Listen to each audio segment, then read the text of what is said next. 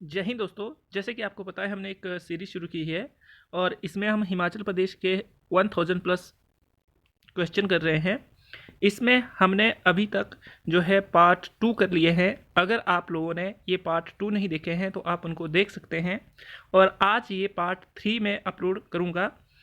तो चलो चलते हैं जो ये आज के प्रश्न हैं उनकी तरफ। तो पहला जो प्रश्न है, हिमाचल प्रदेश में रहने वाले खश किन के वंशज माने जाते हैं। तो दोस्तों इनके बारे में अलग अलग मान्यताएं हैं कि जो आपका विष्णु पुराण है उसमें कुछ और लिखा है और जो आपका महाभारत है उसमें कुछ और लिखा है।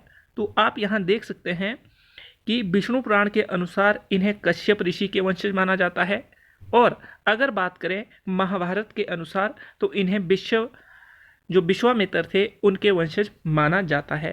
तो अगर आपका जो प्रश्न है वो डिपेंड करेगा कि आपके जो ऑप्शन है वो कैसे हैं। तो इन्हें दोनों के वंशज माना जाता है।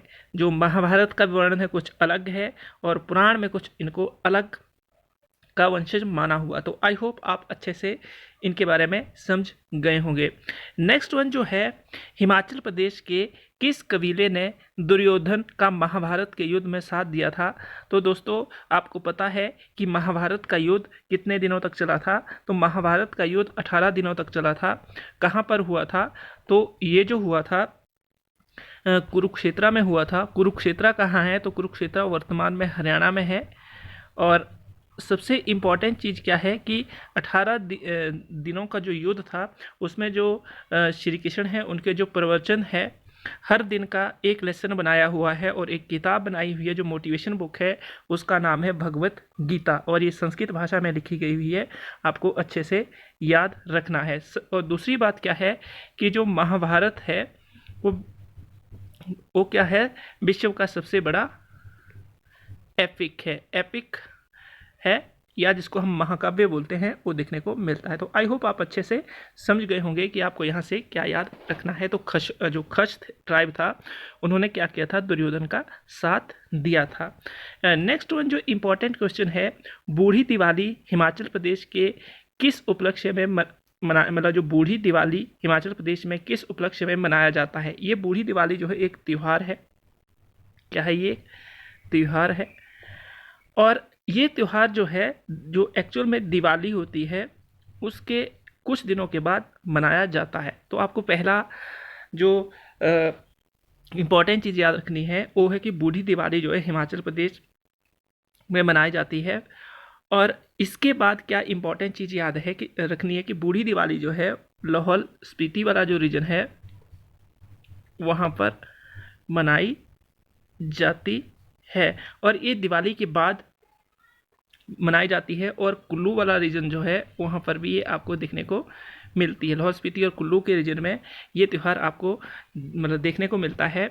इसमें क्या है? इसमें जो है जो उस वक्त एक जाति हुआ करती थी और जो खश उस वक्त एक जाति हुआ करती थी, उनके बीच में हड़प झड़प होती है और नाग जो जनजाति है, जनजाति भी थी, एक जाति भी थी, एक कबीला था पूरा का पूरा।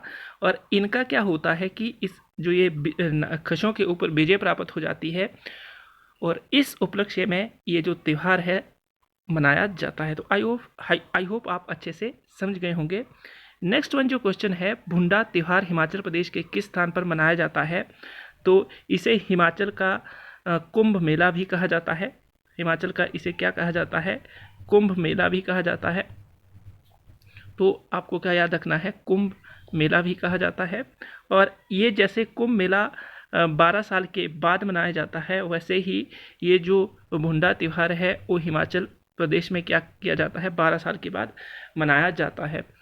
ये आपका जो 2 जगह पर मनाया जाता था प्राचीन समय में, एक जो जगह हुआ करती थी बुशहर जो रियासत थी और दूसरा है निरमंड जो है कुल्लू में है। यहाँ पर अभी भी मनाया जाता है। पुराने समय में बुशहर में भी ये त्यौहार मनाया जाता था। तो आई होप आप अच्छे से ये जो भुंडा त्यौहार है इसके बारे में जान गए होंगे। ये भुंडा त्यौहार किस जगह पर मनाया जाता है, इसका डिटेल हम जब त्यौहारों का टॉपिक डिटेल में करेंगे वहाँ पर करेंगे। आपको यहाँ पर सिर्फ एज अ MCQ ही या वन लाइनर इसको समझकर याद रखना है। खशों के छोटे छोटे संघ को क्या कहा जाता था? तो खश वही है जिन्होंने क्या किया है, जो आपका दुर्योधन है उनका महाभारत के युद्ध में साथ दिया है, तो उनके छोटे छोटे जो संघ हुआ करते थे उसको मावी या मावण या कई बार मावणा ऐसे भी लिखा देखने को मिलता है, मावणा कहते थे। तो आई होप आप अच्छे से समझ गए होंगे। और खच्चों के बारे में हम डिटेल करेंगे, इसकी हिस्टोरिकल बैकग्राउंड अभी जो हिस्ट्री का पार्ट शुरू किया हुआ है वहाँ पर हम डिटेल में कर रहे हैं, वहाँ पर आपको इसके बारे में डिटेल में बताया जाएगा। तो आई होप आपको ये पता चल गया होगा। ये जो आपके पांचों क्वेश्चन है आप उसका स्क्रीनशॉट ले सकते हैं, या अगर आप PDF चाहिए आपको तो आप कमेंट सेक्शन में इसके लिए क्या कर सकते हैं, कमेंट कर सकते हैं, आपको PDF भी इसकी प्रोवाइड करवाई जाएगी। तो आई होप आपको ये जितने भी क्वेश्चन थे 5 के 5 अच्छे से पता चल गया होगा। ये यहाँ पर देख सकते हैं आप, इस चित्र को पहचानिए ये कौन सी जगह है। इस चित्र को पहचान कर आप कमेंट सेक्शन में कमेंट करिए कि ये कौन सी जगह है और किस ज़िले में स्थित है। हिमाचल प्रदेश का ये पिक्चर है, और मैं आपको थोड़ा सा हिंट दे देता हूँ। एक ये झील है, यहाँ पर आपको जो वाटर है वो दिख रहा होगा, तो इससे आप इमेजिन कर सकते हैं ये कौन सी झील है, कहाँ पर है। और ये भी मैं बता देता हूँ कि ये काफ़ी प्रसिद्ध है। ये क्या है? काफ़ी प्रसिद्ध है। यहाँ पर राष्ट्र के लोग ही नहीं, इंटरनेशनल पीपल भी इस जगह पर विजिट करते हैं। तो अब आपको बताना है ये कौन सी झील है, कहाँ पर स्थित है। तो आगे चलते हैं। जो आगे वाली स्लाइड है वो इस तरह है। हिमाचल के मूल निवासी किन्हें कहा जाता है? ये दोबारा से लिखा गया हुआ है, हिमाचल के मूल निवासी किन्हें कहा जाता है। तो इसको आप एक ही मीन्स आपको याद रखना है कि हिमाचल प्रदेश के मूल निवासी किन्हें कहा जाता है। तो ये दोस्तों कोल है। कौन है ये कोल है। तो हिमाचल प्रदेश के जो मूल निवासी है उन्हें कोल माना जाता है। इतना ही आपको यहाँ से याद रखना है। नेक्स्ट वन क्वेश्चन है, हिमाचल प्रदेश के किस स्थल पर एक बैल से खेती की जाती है? दोस्तों जब अगर आप गाँव से बिलोंग करते हैं तो गाँव में अभी भी क्या होता है, 2 जो बैल होते हैं उनकी हेल्प से खेती बाड़ी की जाती है। वो क्या करते हैं, हल को खींचते हैं, और उसके बाद क्या होता है, जो वहाँ पर खेत होते हैं उसकी जो जिसको हम क्या बोलते हैं, बुआई से पहले ये काम किया जाता है। मीन्स पहले पोला किया जाता है मिट्टी को, तो ये बैलों की हेल्प से ऐसा किया जाता है।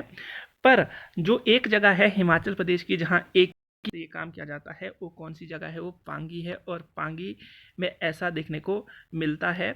और पांगी का भी एक गांव है। आप कमेंट सेक्शन में कमेंट करोगे कि कौन सा गांव है जहां पर ऐसा किया जाता है।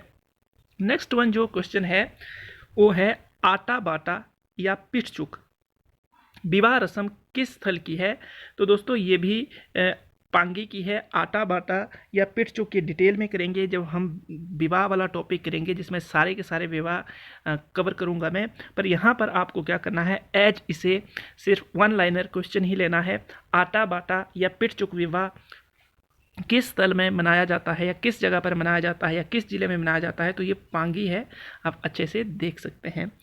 त्रिलोकीनाथ मंदिर किस नदी के तट पर बसा है? तो दोस्तों ये चंद्रभागा जो है वहाँ पर बसा है। मैं आपको एक सजेस्ट करना चाहूँगा कि अभी तक अगर आपने लाहौल स्पीति की जो मैंने हिस्ट्री का पूरा डिटेल किया हुआ है, लाहौल स्पीति का जो इतिहास है वो पूरा मैंने डिटेल किया हुआ है।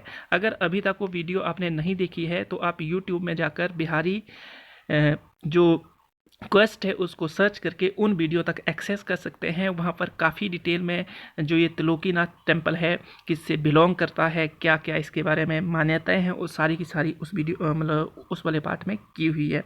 तो मैं यहाँ डिटेल नहीं बताऊँगा। अगर आप खुद देखना चाहते हैं उसको तो आप क्या कर सकते हैं, वहाँ पर जा सकते हैं। मृकुला देवी मंदिर किस शताब्दी में बना?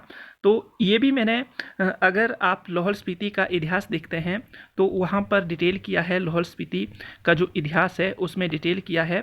और ये जो लाहौल स्पीति का इतिहास है उसमें ये डिटेल किया है। साथ में ये जो मृकुला देवी टेम्पल है ये लाहौल स्पीति में ही देखने को मिलता है, तो वहाँ पर इसका भी डिटेल किया हुआ है, क्या क्या मान्यता हैं, किसने बनाया, वहाँ पर इसके बारे में बताया हुआ है। तो आप क्या कर सकते हैं, वहाँ पर विजिट कर सकते हैं। वैसे ये लाहौल स्पीति में है और बना कब है, तो ये 8th जो सेंचुरी थी, 8वीं जो शताब्दी थी, उसमें ये मंदिर बना है। आई होप आपको ये जो MCQ या जो वन लाइनर की जो हमने सीरीज़ शुरू की है ये पसंद आई होगी। अगर आपको पसंद आई है तो आप लाइक, सब्सक्राइब, शेयर कर सकते हैं। अगर पसंद नहीं आई है तो आप डिसलाइक कर सकते हैं और कमेंट सेक्शन में रीज़न बता सकते हैं।